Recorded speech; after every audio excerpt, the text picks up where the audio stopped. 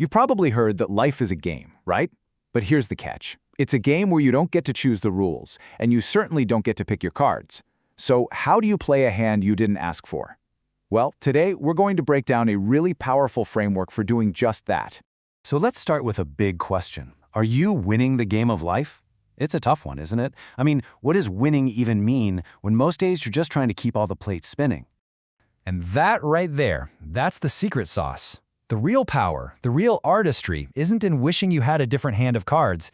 It's in learning how to play the heck out of the one you're holding. Okay, so how do we actually do that? Well, there's this really cool framework that can help. It breaks down life's biggest challenges into what we're calling the 5 Ds.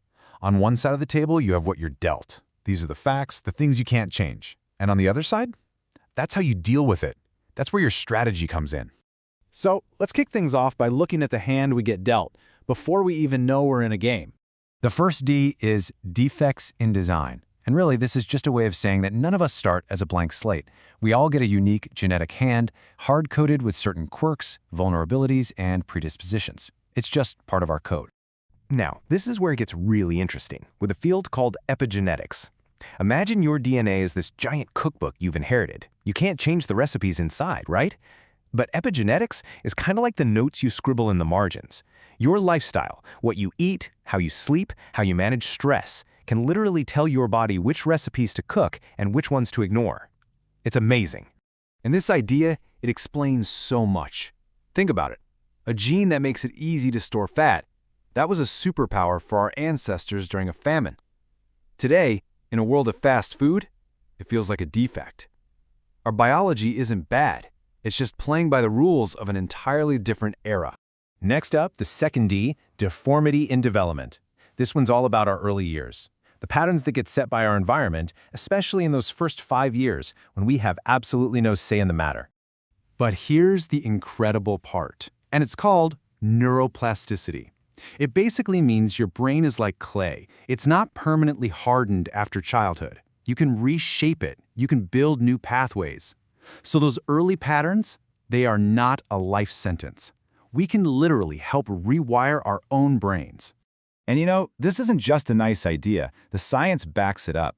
Studies from the CDC show that while tough childhood experiences absolutely leave a mark, our brains are built for resilience. We can actively create new positive experiences that heal us and, believe it or not, can make us even stronger. All right, so we've looked at our starting hand. Now let's talk about actually playing the game. This part is all about navigating the inevitable wear and tear of life. So our third D is damage and the duration. And look, this is just the cost of doing business, the business of being alive. You can't live a full life without getting some dings and scratches. It's the unavoidable friction from simply engaging with the world. So the real skill here, the strategy, is developing the wisdom to tell the difference between good damage, like the muscle soreness after a great workout that makes you stronger, and bad damage, the kind that just wears you down. And this isn't just some philosophical concept. There's a medical term for it, allostatic load. Imagine your body's stress system is a car engine. A little bit of revving is fine, it gets you where you need to go. But if you're constantly redlining it with chronic stress and never letting it cool down, the engine wears out. That biological wear and tear is your allostatic load, which makes recovery not a luxury but an absolutely critical move in the game. All right, on to the fourth D, decay during descent. And this one can sound a little heavy, but it's really just about the natural process of aging. It's not a failure, it's not a punishment. It's just a season of life. You could call it the biological sunset. So the game here isn't about trying to live forever. It's about playing smart. The goal is what scientists call the compression of morbidity, which is a fancy way of saying you want to squeeze any period of sickness into the shortest possible window at the very, very end of a long, healthy, and vibrant life. Your focus just shifts from hitting personal bests to skillful maintenance. And there's a fascinating biological reason for this. The disposable soma theory basically says that aging is a trade-off. From an evolutionary perspective, it was more important to use our energy to pass on our genes than it was to build perfect, immortal bodies. So decay isn't a bug in the system, it's actually a feature. Okay, this brings us to the final card, and in many ways, this is the whole point of the game. So the fifth and final D is death as destiny. It's the one card that every single one of us is guaranteed to get. But instead of being something to fear, think of it as the deadline that gives the entire game its stakes, its urgency, and, well, its meaning. And the greatest players throughout history, they got this. The ancient Stoics, for instance, they didn't see death as this terrifying thing, they saw it as a tool for focus. Knowing that the game will end is the single best reason to play it with everything you've got, right here and right now. So what's the big takeaway from all of this? Well, the first is what I'd call the paradox of control. We have to accept that our real power isn't in controlling the deal. It's in mastering our response. That's where the artistry is. That's where the magic happens. And the second big idea is the gift of limits. See, we tend to think of these 5Ds as problems, as bugs in the system, but they're not. They are the system. They're the rules of the game. And just like a game without rules is just chaos, a life without limits would be meaningless. And that's really what this all boils down to, isn't it? The point isn't to be dealt a perfect hand and win easily. The point is to see who we become in the process of playing the hand we were given, with skill, with courage, and with grace. So, I'll just leave you with this thought. The cards are on the table. You see them clearly now. You know the rules of the game. The only question left is how will you play your hand? Welcome back to the Deep Dive. Today, we're taking the sources you've shared with us and, well, we're stepping away from the usual topics. We are. No market grabs today. No supply chains. We are tackling something much, much bigger. The grandest topic of all, really. How to live a human life. And we're using a fascinating existential framework that one of you sent in, which organizes life's challenges around what it calls the 5Ds of life. In this framework, it starts with the premise that is. It's a little blunt, but it feels incredibly true. It is. The core idea is that life is very rarely about being dealt a good hand of cards. It's about playing a poor hand well. And that metaphor just sets the stage so perfectly, doesn't it? It does. It immediately frames our mission here, which is to look at the cards we're dealt, the things we can't change, and then explore the strategies for how we deal with them. So it's all about the response, not the initial conditions. Precisely. This isn't a philosophy that promises you can eliminate struggle. Not at all. It promises clarity in the face of that struggle. It's about liberation through honestly defining the limits of our agency. So by looking at these 5 constraints, what are they again? Defects, deformity, damage, decay, and death. Right. By looking at those head on, we stop fighting what's fixed. And we can finally focus all our energy on what we can actually influence our response. Okay, let's unpack this. Let's start with the cards we're dealt before the game even begins. The 2 constraints we had absolutely zero say in. We're starting with the unchosen hand. The very first challenge is defects in design. Defects in design, that's our genetics, right? Exactly. It's the simple reality that evolution isn't a perfect designer. It's an iterative process, so we all inherit defects in our DNA. Things like predispositions, certain biological vulnerabilities, maybe metabolic quirks. All that. And you don't get to choose your machine, but you are still responsible for maintaining it. And the temptation, of course, is just to blame the hand, to say, well, this is what I was given. But the sources don't let you do that. No, they immediately pivot to strategy. The goal is to do what we can to overcome. Which starts with awareness. It has to. Knowing your family history, for example, if you know there's a predisposition for certain conditions, that isn't a death sentence. It's a tactical advantage. It lets you take preventative action. And this is where the sources introduce a really crucial concept, moving away from genetic destiny and toward active management. Yes, the focus on epigenetics. Can you break that down for us? Well, it's a key distinction. You can't change the actual code, the sequence of your DNA. But epigenetics shows that your lifestyle, what you eat, how you sleep, your stress levels, can actually influence how those genes get expressed. So they can be turned up or down, like a volume dial. That's a great way to put it. So instead of just saying, oh, I'm cursed with this gene, the question becomes, how can I create an environment inside my body to keep that gene's volume turned way down? It shifts the focus from, I guess, biological failure to daily discipline. It does. And that brings us to the final piece of strategy for dealing with defects, acceptance. You have to stop wasting energy fighting your fundamental biology. And instead commit to optimizing the specific machine you were given. Exactly. Okay, so that's the first unchosen card. What's the second? The second is deformity and development. And this one isn't genetic, it's environmental. Right. The sources really pinpoint those factors that happen before birth and in the first 5 years. The gaps in nurturing, the stress.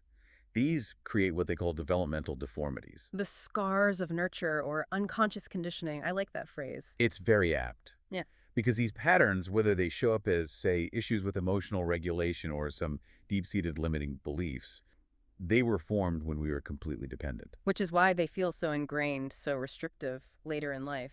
But the strategy here is also very hopeful. It's to develop coping strategies. And the hope is grounded in science. It rests on the principle of neuroplasticity.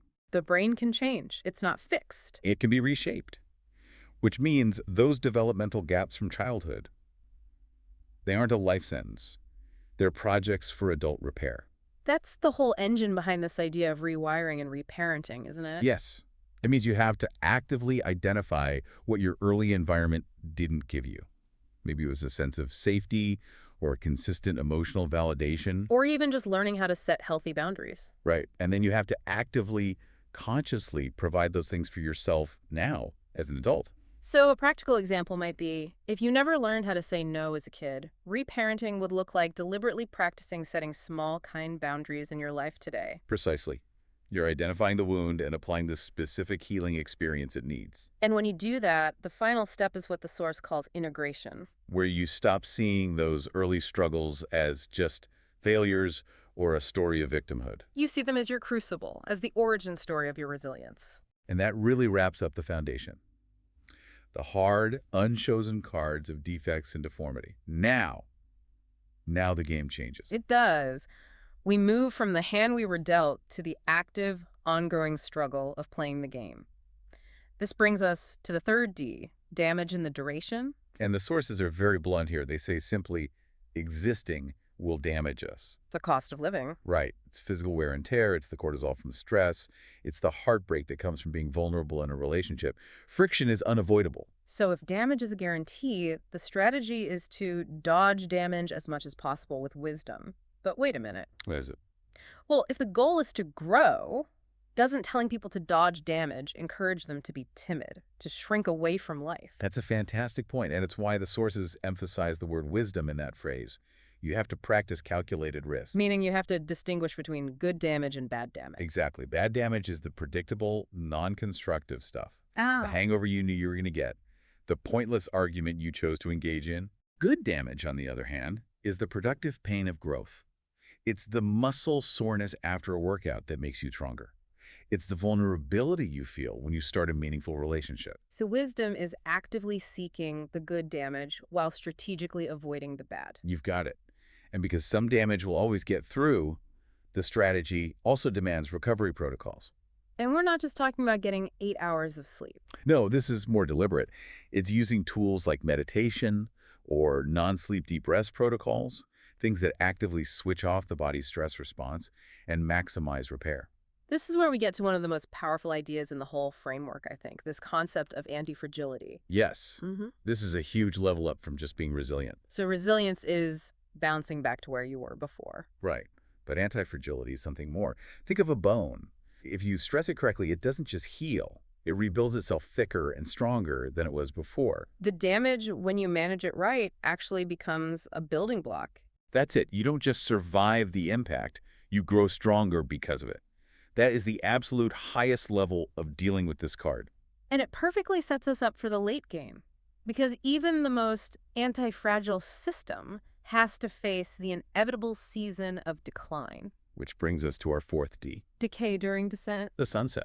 It's just the law of entropy. Right. Our cells, our bodies, our systems, they start to wear out. After decades of accumulating damage, the body enters this natural phase. And the strategy here isn't about stopping it. It's to defer with healthy lifestyle. Right. You're not trying to stop the clock. You're trying to slow it down, and more importantly, improve the quality of the time you have left. There's a very specific goal for this phase that the sources mention. Yes, the compression of morbidity. Which sounds technical, but the idea is simple. It is. The goal isn't just to live longer, it's to delay the onset of chronic illness so that you are healthy, mobile, and cognitively sharp for as long as possible. You compress that period of sickness right at the very end. That requires a pretty big mental shift in priorities, though. It's a huge shift. You have to move away from chasing peak performance, setting new personal records, and move toward maintenance. Like taking care of a classic car. You stop trying to win races with it. And you focus entirely on protecting the engine, prioritizing mobility, strength, cognitive health. And you lean more on adaptability, leveraging all the wisdom and experience you've gained as your physical tools start to wane. Which brings us inevitably to the final card, the one that gives meaning and urgency to all the others. Death as destiny. The deadline. And existentially, what else can you do? Acceptance is the only path. The sources argue that without this final limit, all the struggles we've been talking about would. They'd lose their meaning. So what's the strategy for dealing with the final act? It's to decide to accept with humor, grace, and dignity. This sounds like the old Stoic idea of memento mori. It's very similar. Remember that you will die. And it's not meant to be morbid, it's meant to be clarifying. It's a tool to strip away all the trivial nonsense and focus you intensely on what actually matters. With the time you have left. Exactly. Because the end is fixed, the focus has to be on what you leave behind, on your legacy. And, as the source says, on approaching it all with levity. The humor of a player who just loved the game. The risk, the complexity, regardless of whether they won or lost in the end. Okay, this whole framework is so powerful. Let's try to synthesize this, because these Ds don't just happen one by one. No, that's the key insight. They accumulate. This is the continuity of challenge. So when you're in the decay phase, You're still managing your genetic defects, you're still healing from developmental deformity, and you're still repairing new damage, all at the same time. wisdom requires a strategy that can handle all 5 dimensions at once. It does. And it really reframes this modern obsession with, total self-optimization. How so? Well, this whole framework is an exercise in the paradox of control. We're always told we can be or do anything. This is a reminder that so much of life isn't about initiation. It's about response. And that, strangely, is where the freedom is. It's a liberation through clarity. You stop wasting your finite energy resenting the hand you were dealt. You just stop, and you pour all that energy into the one thing you actually control. How you deal. That's where all of your agency truly is. When you realize that the constraints themselves, they start to look different. They become the gift of limits. They absolutely do. They make meaning possible. Death creates urgency. Decay forces you to appreciate the present moment. Damage builds character. So our imperfections aren't bugs in the system. They are the system. They are the essential architecture that makes things like courage and love and connection both necessary and beautiful. And we're not doing this in a vacuum. There's a collective dimension to all of this. A huge one. How we play our hand, with grace, with integrity, or with bitterness, it becomes the example for everyone around us. We are, as the sources say, both players and audience in each other's games. So the mastery of life isn't about having a perfect hand. Not at all. It's not measured by a perfect score sheet. It's measured by the artistry of the play itself.